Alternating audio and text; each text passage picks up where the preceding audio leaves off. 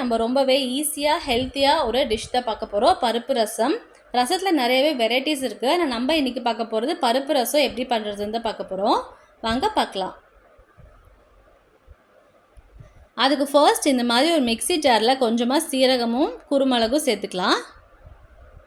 இப்போ இது கூடவே ஒரு 6லேருந்து 8 பல் பூண்டு,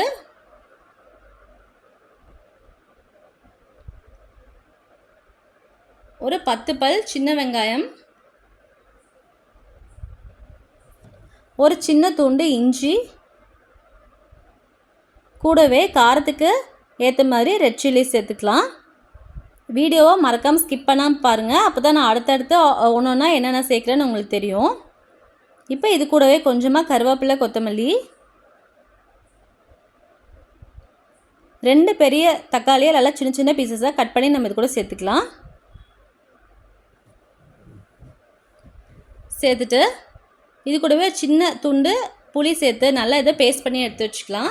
இப்போ ஒரு பேனில் கொஞ்சம் ஆயில் சேர்த்துட்டு கடுகு, வெந்தயம், சீரகம், கூடவே கொஞ்சம் கருவேப்பிலை சேர்த்துட்டு நம்ம இந்த மிக்ஸ் பண்ணி எடுத்து வச்சுருக்கோம்ல இந்த பேஸ்ட்டை இது கூட சேர்த்துக்கலாம். சேர்த்துட்டு நல்லா ஒரு மிக்ஸ் பண்ணி விட்டுருங்க. இப்போ இது கூடவே கொஞ்சம் பெருங்காயம், கூடவே ரசப்பொடி, மஞ்சத்தூள் சேர்த்துக்கலாம். இதுக்கு தேவைப்பட்டால் நீங்கள் சாம்பார் பொடி கூட சேர்த்துக்கலாம், நல்லா வாசனையாக இருக்கும்.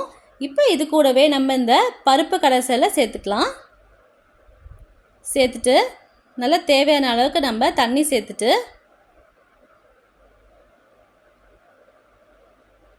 நல்லா மிக்ஸ் பண்ணி விட்டுக்கோங்க. இப்போ கொஞ்சமாக உப்பு சேர்த்து நல்லா மிக்ஸ் பண்ணிக்கலாம்.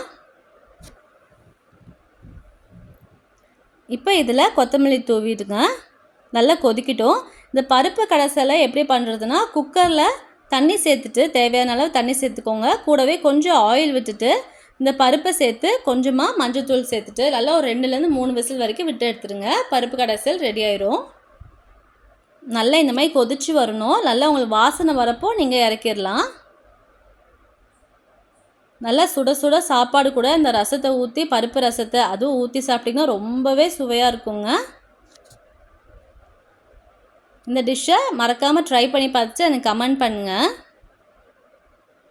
மறக்காமல் இந்த சேனலை லைக் பண்ணி, ஷேர் பண்ணி, சப்ஸ்கிரைப் பண்ணி வச்சுக்கோங்க.